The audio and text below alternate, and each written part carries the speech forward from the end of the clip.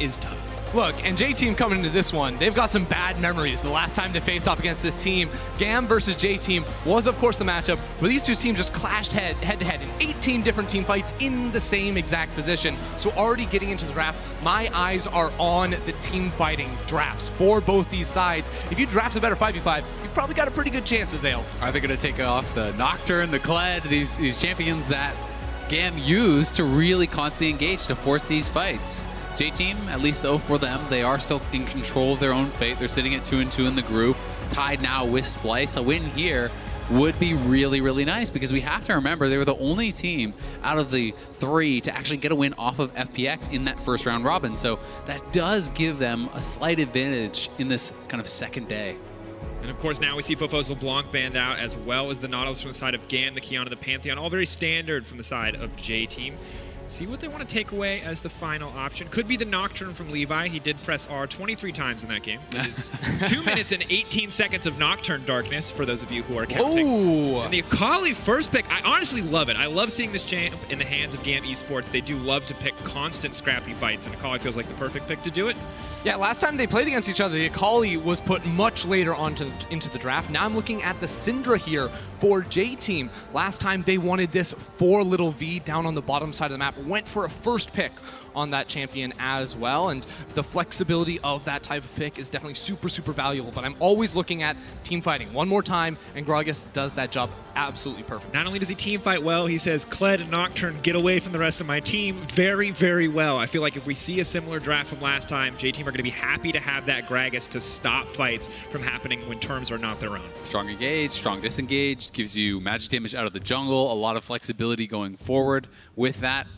Kai'Sa also, we talk about this a lot, a champion that can itemize defensively very, very effectively against dive. Things like the Zonias that we've already seen come out today against some of these dive style compositions. And I think that J-Team are really trying to cater a little bit towards what they're expecting to come out of GAM. And that's where GAM is saying we want a little bit more early game skirmish power here with Levi's signature Lee Sin. I'll be honest, I've been wanting more out of Levi, especially in the early game throughout this tournament. But returning to one of these champions that he has looked so fantastic on in the past is going to be GAM's way in the early game to get off to an early lead. And while Lee Sin can dominate early, we have seen in some of these drafts where they don't have consistent hard engage, they fail to force fights.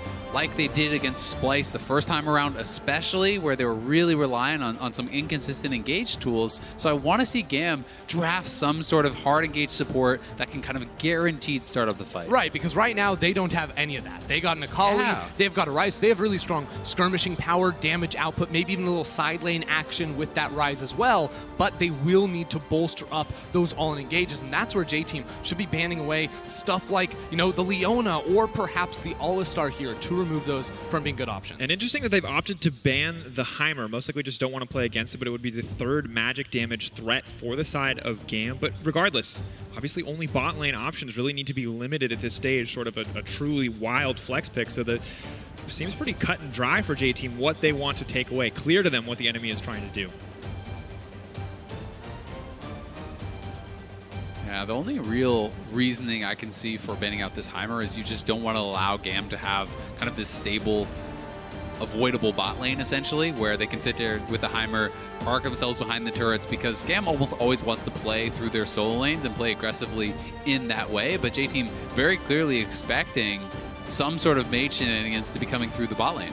And I think with the Syndra banned away, the Heimer and the Veigar, a lot of the options for the champions just below the top tier for the bot lane carries, like the Kai'Sa and the Xayah, they must just think that no other AD carry is really as good as a mage at this point, trying to make sure that Sin is not on one of those options. As the Azir does now get locked in for Fofo in the mid lane, but the Tristana is, of course, up and available. I do like seeing the Fofo Azir now. We don't think Ryze is going into the bottom lane, so Azir should be comfortable in either of these two matchups with a little bit of a range advantage push as well in those early levels here. So Fofo will be taking that champion, and it fits the bill. Maybe some early game lane priority, perhaps that scaling too that we wanted to see, and the self-peel on the backline to make sure that an Akali can't actually close the gap and then stick to you.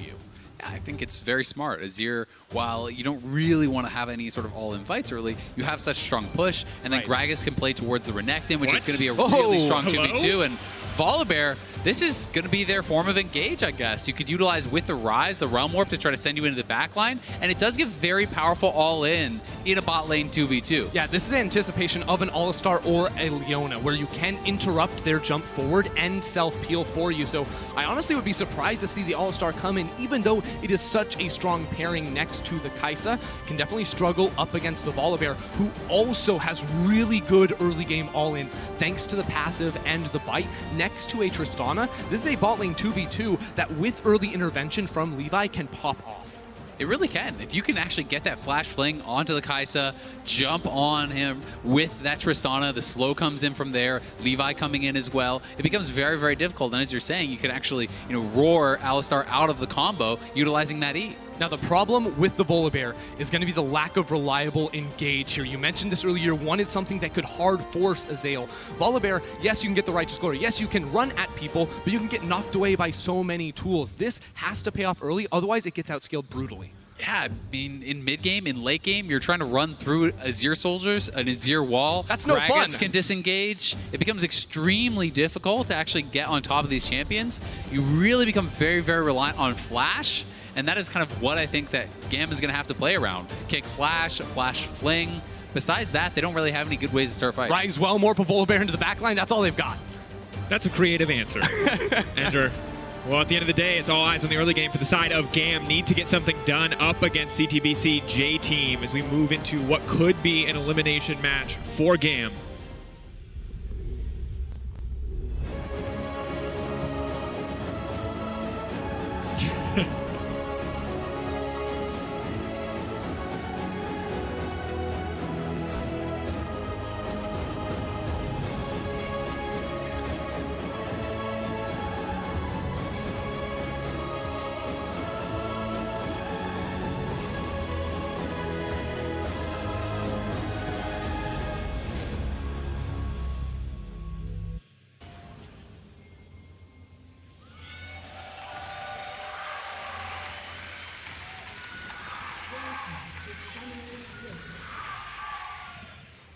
And here we go, GAM versus J-Team.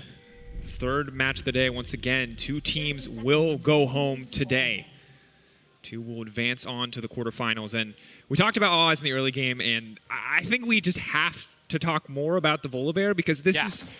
I've seen it as a counter to Yuumi, but the blind pick Volibear just seems so bold to me. I mean, it certainly is here, but it feeds into this idea that GAM want to attack you in the early game. And I honestly think that Levi has to visit this bottom lane early because level 2, I think even you have these all-in tools with Tristana rocket jump on top of the bomb, as well as Volibear jumping around with 2 CC options on his Q and E. So this could even be a level 2 gank option for Levi, and good vision coverage from J-Team could just make that absolutely not an option. And if they can get ahead in that bottom lane, then all of a sudden Tristana is able to start threatening these turrets, is able to start utilizing her range and damage on these turrets to start moving around the map and establishing a gold lead, which could allow them to really snowball throughout that mid game. And of course, if you're Volibear, and it's still the early game when you get Righteous Glory, you kill anyone you see.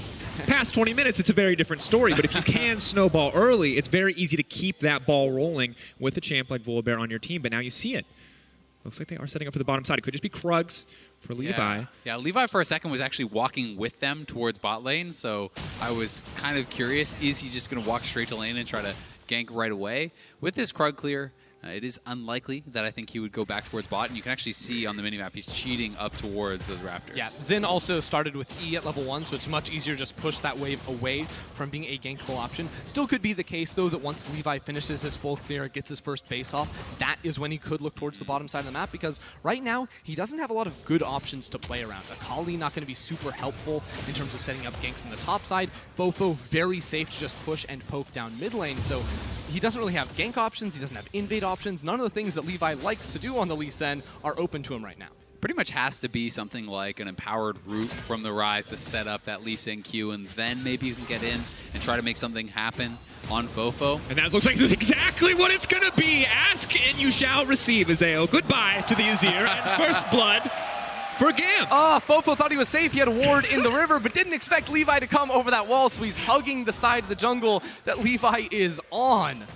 Double flash there. They just fully committed to it, and that is the kind of play that GAM can really make you worry with. They played this very, very well. It's just the immediate empower, flash W, sets up the guaranteed Q there, and in he goes. Yeah, Levi actually flashes over the wall instead of taking the Q that he landed to make sure he could maximize that execute DPS. And now there's even a ward that he ward hopped to that's going to spot out Hana, looking for a player on mid himself. And I also love that E-flash from the Lee Sin, because then if Fofo immediately flashes away, you still have the resonating strike to actually follow after him. And I think that's why we saw Fofo not even bother using the flash there, knowing he was dead. Honestly, pretty good patience coming in from him, but Levi, once again, trying to make his presence known here in the early game. Will move over, and the Krugs are up and available, but he... Well, he's counting the CS from Hana, right? You see him show on that ward around your middle lane. You know that he didn't actually take the Krug camp, so Levi is easily able to take that one away. And now his own Krugs aren't going to be spawning around till 4:25 seconds into the game, so he can reset and pick that up super easy. He was spotted, though, so Hana knows there's no chance of a counter gank. So we'll see if he can actually make something happen. Remember, there's no flash on Rise, and this is a potential E-flash here coming through from Hana, but Kiaya is playing so intelligently towards the top side of the map. So they don't actually know, is Lee Sin in the brush now? Exactly. How close is he? And they don't have the ability to make that play. And even if you jump on him, you can't actually chase him up into that river because you know Levi is on that side. Now, just coming down bottom lane, clearing away some wards, potentially trying to zone away, but you see the instant rotation here from GAM. This team does like to play proactively in the early game, and while we haven't always seen it pay off here so far in the group stage, I like what I'm seeing out of the squad already. I did also really like that small move from Kiaya down towards the bottom lane. Even when you just step out of vision, you step into that fog, the other team all of a sudden has to respect the possibility of you completing that roam, of what happens if we commit to this dive and then the Rise shows up. So it always makes your opponents play with a little bit more respect, but you have to look at this bottom lane and see, outside of any potential all-in from the Volibear, the laning is not going that great. Yeah, down 10 CS right now. To their defense, though, top lane going fantastically for Zeros, and Levi has over a full level lead on Hana because as he went back and picked up his second clear of the Krug camp, Hana has nothing to do. His Raptors just went ahead and spawned. Hana not maximizing his farm in the early game has resulted in him slowing down, and that's going to mean Levi, now level 5, will tick over to level 6 first, should be able to finish off the Warrior as well. So these early game skirmishes, any sort of 2v2 or 3v3 should be heavily GAM favored. And honestly, just GAM have done such a fantastic job of tracking the Gragas in this early game. Hana has not really been able to get anything done. You have to wonder if he had a bit more confidence to push in for that mid gank. They're going to go for this. Happened. Rest, level 6. I don't think he wants to dash back into that Renekton. Very bold play. They're going to try to burn him down, but he's just going to try to finish the kill. He's going to grab one. You can't go in on a Renekton like that. Zeros didn't track that the stun was still up. I think he assumed as soon as Levi went in that the W had been used, and that would give him carte blanche to go back in and actually try to knock him down. But Akali not having 6 and Renekton holding that stun allows him to get that 1v2 kill. And now Zeros gives up so much of the pressure he had in the lane. Hex Drinker finished off for Rest, so his 1v1 is going to be so much easier up against Zeros. Big mistake to go for this fight, even though you know it is a 2 versus 1. The healing off of the empowered Q is just absurd. It just feels like they need to slow play it. If you kill a minion or two and he hits 6, maybe you can actually do this, but you for sure needed to wait until the W was used, and that really was the big mistake. If he is forced to use his abilities on the Lee Sin, as Levi is just training him down with the red buff, then you can go in as the Akali with your flash and finish him off. And it feels to me like that's a mistake you should not be making. Renekton is, alongside Rumble, one of the legendary 2v1 top laners. You do not go up there when he has Rage, level 6, he's healing up, especially when you lack any burst damage, when the Sonic Wave Resonating Strike has already been used. It's going to make it so difficult for Akali, forced to go Seekers early instead of rushing for that Gunblade and having Sustain to help her through this lane phase. Still going pretty well here for GAM. You can see both Kiaya and Levi leading the gold charts. Now, one thing I would like to draw attention to for J-Team is really smart vision control around the Infernal Drake. There was a ward just over the wall of the pit on GAM's side of the jungle that just timed out that Koala had actually placed. And what that meant was that Levi, on this aggressive early jungler, was not able to look for an early Infernal solo. And had he started that one up, you see he places the control ward inside of the pit. So he actually wouldn't have spotted that at all and potentially could have been punished by a quick collapse from J-Team. Now, Hana, though, going to start the Infernal Drake, is spotted out. His own control ward didn't spot the one there from Levi. He had no idea. He's like, oh, wait, now I have to leave. Now they can dive top lane. No ulti. They want revenge. They've got the burst now to potentially finish off the Renekton. He dashes in the wave, gets all of his health back. There's no wave there anymore. They have to try to finish this one off, but still the Renekton is massive. The Hexagon comes in, and this one's going to turn against them. The Renekton's still alive. Why are they doing this? Rest is outplaying every moment. Why do they keep going top lane? This guy turns it around every single time, and on top of that, after showing with the Realm Warp, the Infernal Drake that Hana had stopped doing instantly goes over towards J-Team. That's the problem with it. He's pre-ulting, and you're still actually looking for that dive. He's sitting on full rage with his ultimate up, and you give them the freedom to take that Infernal. This is just such a huge win for J-Team. And GAM just feel like they're so over-forcing on this top side. It feels a little bit desperate. They needed to kind of try to wait this out and maybe go on the next wave or wait until the ultimate expired. Yeah, I mean, there's so much pressure on this team, needing to win with only one win in this group to try and make it out of the group stage here. And throughout the regular season, it was always Levi plus Zeros playing towards the top side of the map, carrying the brunt of the damage in those later game team fights. And they keep throwing resources up here. Now that they're not working, I don't know how this team actually can respond. Yes, as soon as he pre-ults, honestly, I just don't think you can really go for the dive. If anything, you want to try to look for a play where you start actually proxying the wave and you wait that next 30 seconds to then pull it off, but it's such a big time commitment. This just isn't the way to get it done. It's just the wrong choice to be going top lane in the first place. Akali was solo winning that matchup. Maybe that changes on the first reset from Renekton, but Zeros was up in CS, and we talked so much about the Tristana Volibear in the bottom lane. We haven't seen Levi even attempt to move down there. They were just passively losing out on CS, and even though level 6s are coming through for this bottom, we know Volibear gets outskilled. We've seen it so much around the world. This champion just falls off ridiculously hard compared to an All-Star. And it felt like Levi had outplayed Hana in the early game. Pat was able to track here, so see the flash out.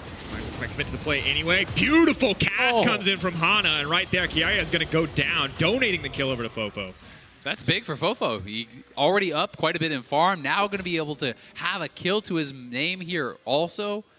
And Fofo should be getting very quickly towards his first completed item. J-Team just feel like they're winning in every lane. Yeah, it's just better coordination there between jungle, mid lane, and support. Now Zeros on the roam down. Koala has flash, though. Koala, I think, needs to flash out of this one.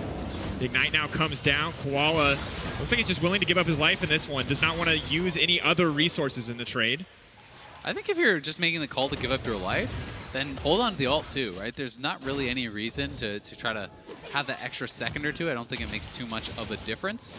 But at the same time, it is a kill back here for GAM, so something working for them. And they wanted to seize that window right there where Levi had finished his jungle item. Now Hana just got him himself. Now it's 3 members in the top lane. Can they do it? Side, third time's the charm. 3 members is the charm. There's no way Renekton makes it out of this one. The Fury can't be enough. That's the shutdown. Gonna go right over to Levi. A little sad. Would have liked to see that go to Zeros' Akali. You can't help but feel that would be much more valuable in the hands of that assassin later on. But look at the lead. Levi has 1,200 gold. He needs to use this now to convert into more. Was thinking about starting up the Herald, but with Koala moving his way up here, he gets forced out of the river. It's a great lead from Levi, but despite the fact that Rest dies, he's still a good 800-900 gold actually ahead of his counterpart Zeros. So I completely agree with you. If you get that shutdown, you're almost back to parity because I believe that was a 750 gold shutdown. Yeah, it's a lot of money, and Rest isn't that far away from finishing off his Spear of Shojin. Once that comes through, how do you even play as Zeros? You're trying to dip in and out of the fog board, but every time you come out, there's a W stun ready for Renekton. Flips him back, though. The Ouster Trouble already burned the ultimate, too. He's going to feel dumb after that one. Now has to walk out of it, but they're not going to be able to finish the kill. Kiaya, and now it's Slay caught in the middle of the team. Just one very sad, lonely bear knocked out of the fight in an instant. Even without the ulti on Koala, the Aftershock is still there. He's able to survive for long enough. GAM trying to make the plays 2v2, but they didn't have vision of the enemy jungler, and that's where it all goes awry. They also just don't have that much damage. The Ryze does not have a completed item. The Tristana does not have a completed item. They are just scraping by. It's really only topside where there's enough bits and pieces to potentially get a kill. And Tristana wasn't even there. They've actually just moved the Tristana mid lane, so here's the play again. Looks pretty clever with the Hex Flash, knowing the ultimate is down. But as you said, the quick Aftershock proc there, and it's just not enough from Kiaya. As soon as Hana does show up, there's no one there to respond and try to make this a 3v3. It's actually really unfortunate because you think maybe if that's a Tristana as opposed to a Ryze who has big damage on the ultimate, maybe then you can try to finish it off or at least jump in and close the gap. But Ryze cannot do that, especially not without a flash here. So the game settles down again, and this is where it gets really worrying for GAM because, you know, the last time these teams faced, it was all about the team fights. Well, J-Team have had the more successful early game. They also have really strong late game options with the Azir and the Kai'Sa, so everything seems to be going all according to plan for them. Yeah, and you look at it, and it's just last time they had the Kled, the Nocturne, the Kai'Sa. They had so many champions that would get into your backline, and it was just a matter of whether or not you could fight them because they would get there. Volibear, on the other hand, very interruptible. What you trying to say about Volibear here, Dracos? He's not actually that good at getting into the backline past 15 minutes or when he has 0 items at 13 minutes and 20 seconds. So, yes, there's a theoretical world where GAM can just force over and over again and eventually it'll work. That's what happened last time, but might not be this time as the Hex Splash, not even enough confidence to go right in there. And you can see last time they met, it was GAM slowly but surely chunking away, building a lead. I love the immediate Herald drop. They're going to be able to get plates here and cash in on that gold. Almost have the turret down also here because Fofo has gotten so much work done in this 1v1. He had already knocked down a couple plates. It's now down to a couple hundred HP, which is going to open up that mid lane. Fofo still has a completely full HP turret that he has the safety to retreat to. Yeah, all J-Team have to do is keep walking around the map as a 4 or 5 man unit because the only real tangible advantage that GAM do have is in the jungle position. And let's be real, no matter how much more gold Levi has on a Lee Sin over a Gragas, he's still going to be less effective. It's so much harder to execute the Lee Sin in these later stage team fights, especially when you are looking down the barrel of all this self-peeling tools and tanky members that J-Team have put together.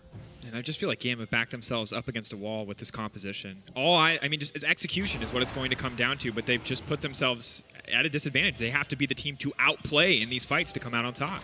They really do, but that being said, see if I can get out of this one. That's a lot of CC. A good sidestep. Questionable body slam there. Now they might just look to turn. The TPs are coming in. The fight is raging back and forth, and they push the Akali back under. Zeros is desperately trying to escape. Levi trying to save the dead. Zeros is still alive. Zeros has managed to make it out. No, the Renekton on the backside. Fofo grabbing yet another kill. GAM have overforced Levi. Doesn't look like he will pay the price, but a nice fight in the end for the side of JT. Hey, Levi actually made it happen right there. Botched initial engage attempt, though, from Hana is ultimately what enables GAM to try and turn that one around, as well as Fofo's ultimate just pushing Zeros underneath the tower for all that bonus damage. And despite the fact that so much has really been going well here for J-Team, they're scaling really well, they're playing well. GAM isn't that far behind, right? They're only down 1K, so there is going to be possibilities for them if they really can. Pull off those proper engages, but Lil V showing off the early Q evolve. Anytime you have an early Q evolve and you get that isolated damage, as he has, you are going to shred through someone. How crazy is Levi? Down 2 levels, but there's no ultimate on towards rest. Levi going up and just pushing the wave there. Shamina response now from J-Team. Or potentially a dive down here. Xin very low HP, just over 50%. And now we finally get to see the defensive capabilities of the Volibear, as he can't Ferocious Roar to deny the headbutt pulverize. That's about all he can do, though. I thought you were going to say the defensive capabilities as he was running away. I was ready for that, too. Oh, wow. I thought the bear was supposed to run in. He gets out so fast. Heyo. And Levi must be counting down on the ultimate. Yeah. A lot of confidence to step up there. And this means that they are going to get some good damage down. Too late to get plates. Right. GAM just want to keep finding these isolated, smaller skirmishes or pick tools because, remember, they do still have a lot of damage. They're lacking in frontline. They're lacking in reliable engage. That's why we think team fighting is a little bit more difficult for them. But if they find fights around, you know, a strong Kiaya plus Levi, Zeros 2 once he finishes off that Gunblade, should be a whole lot more powerful. Streamer Shuffle goes in, pushes him right out of the Shroud. There's no chance for the Akali to escape. She's going to have to burn everything if she wants to get out. Zeros will go down. And you're exactly right, Ender. That's why they keep going to top lane, because they're saying, all right, if we can get a Akali ahead, if we can start getting picks in side lanes, then J-Team gets spread. All of a sudden, Azir doesn't have members around them, is much more assailable. But nothing has worked in the top lane. Rest is so far ahead, has the Shojin, as well as the Hex Drinker, has gotten some Turret Blade Gold in the mid lane. And he is just really in a position of power with that rank 2 ultimate. And that's the really hard thing for GAM is even if they want to commit members towards a side lane, more often than not, right now we see Fofo down bottom side, but later once Baron spawns, it's going to be Rest down here. So he's going to be able to buy so much time that even if he does go down, the combination of Azir plus Kai'Sa can instantly delete that Baron buff. So GAM have to be very creative in how they do find these tools, and maybe hope that later on, if this game does drag out, which it feels like it's going to go a little bit later, the added range of Xin and the disengage tools of the rocket jump as well as that ulti could give Xin the ability to outplay these fights. There's always the possibility, but the engage on J-Team can be so explosive. Yes. It's really tough to react to the body slam flash, to the Q flash from Alistar. So it's going to be tough. But if they can execute on it, if Volibear can disrupt any of that engage with his roar, keep laughing at him, Draco. He's going to prove you wrong. He's one scary bear. We'll see. I mean, he's got a support item. He's got some shoes on his feet. He's ready to go. And all right, I'm ready. I'll believe. I'll join you on this magical journey, gentlemen. Wait. I'm not believing. I'm just saying it might happen. There's a possibility. But for now, J-Team look to continue to extend their lead. They've already got double Drakes, 6 kills to 4. 1 tower to 1, looking to make it a second one, but still giving Zeros enough respect, not really risking anything, and I think it makes sense. When you look at the scaling, it feels pretty easy for them to move later into the game. Zeros, though, a lot more confident in the 1v1.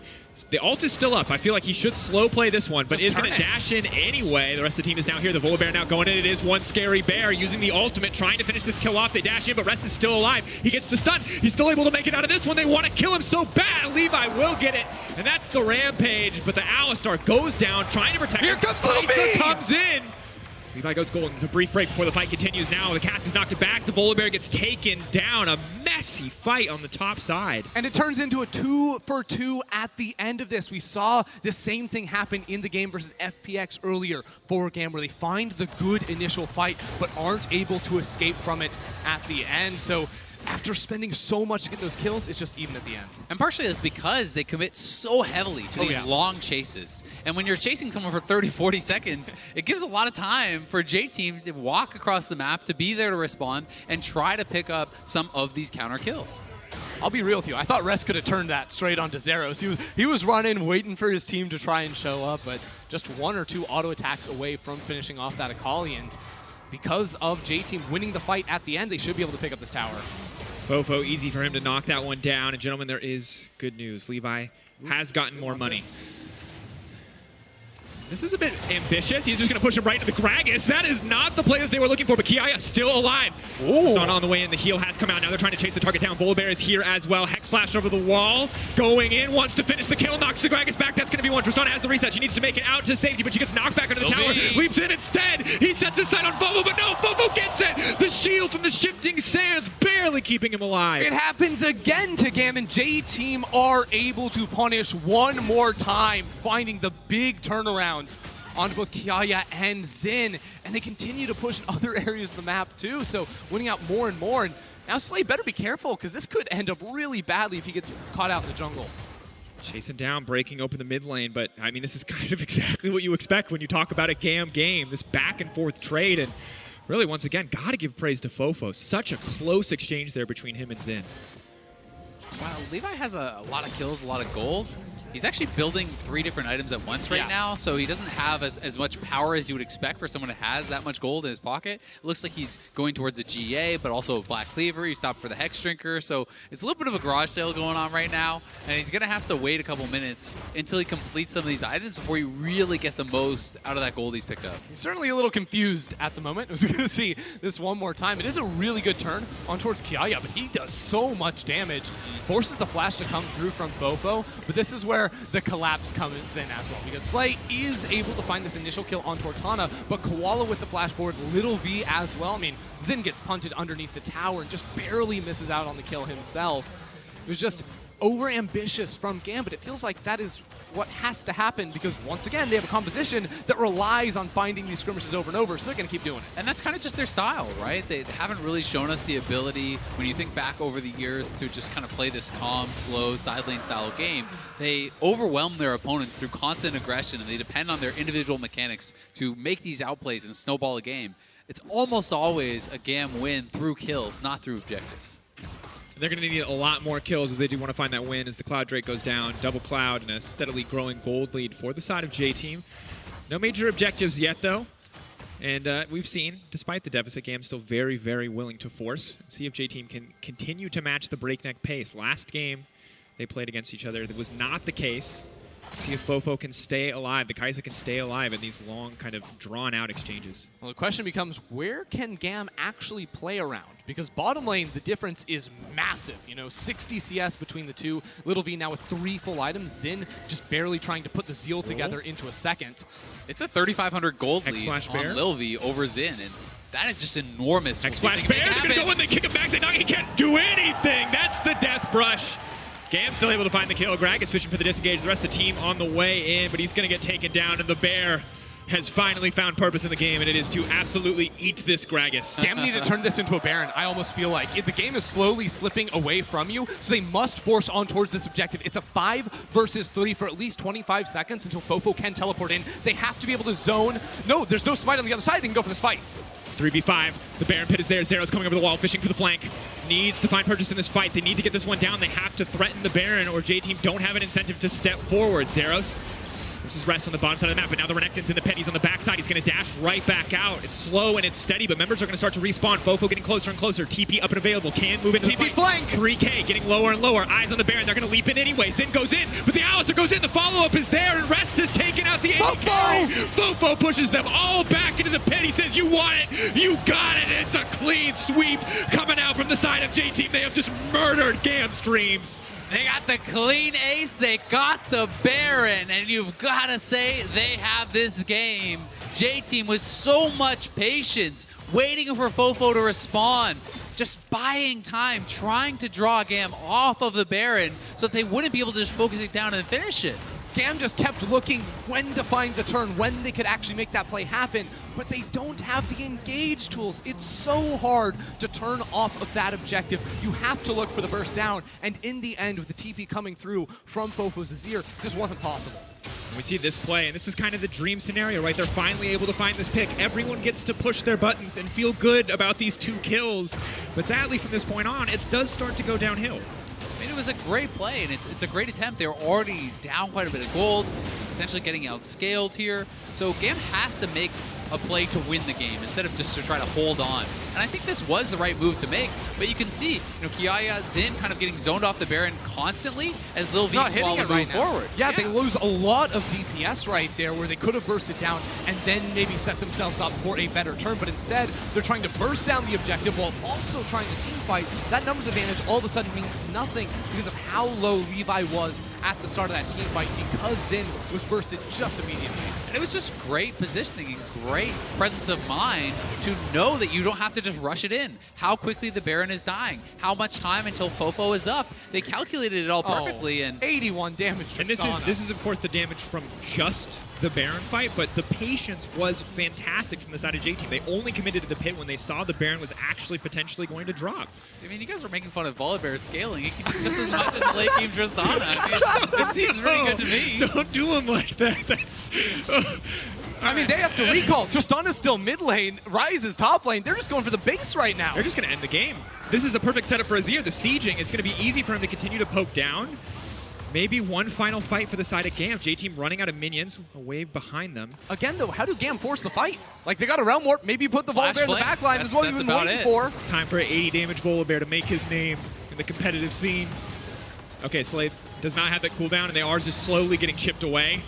You gotta do something. It's the last chance for the Gigabyte Marines. They have to find a fight now. The Gragas to push them away from the base. The Renekton clearing the waves in the meantime, but no one wants to go in. The Gragas cooldown being down does give GAM a slight advantage in the fight to come. Still going up against a monumental gold lead and a Baron buff, and BM from Rest. Remember, GAM go out here if they lose. Everything is on the line in this final fight. Continue in. Volibear fishing. He's still doing it! Scared. They're just BMing. They're just pulling him back. But the Renekton might just get cut down. No, he cuts through the Volibear instantly, and they're setting their sights instead on the Nexus. They don't care about the kills. They want the win. They want their way out of groups. J-Team are going to knock GAM out of the tournament. J-Team playing a really strong, stable game. And you have to say, Rest really showing up for them, being able to handle so many of these 1v2, 1v3 situations.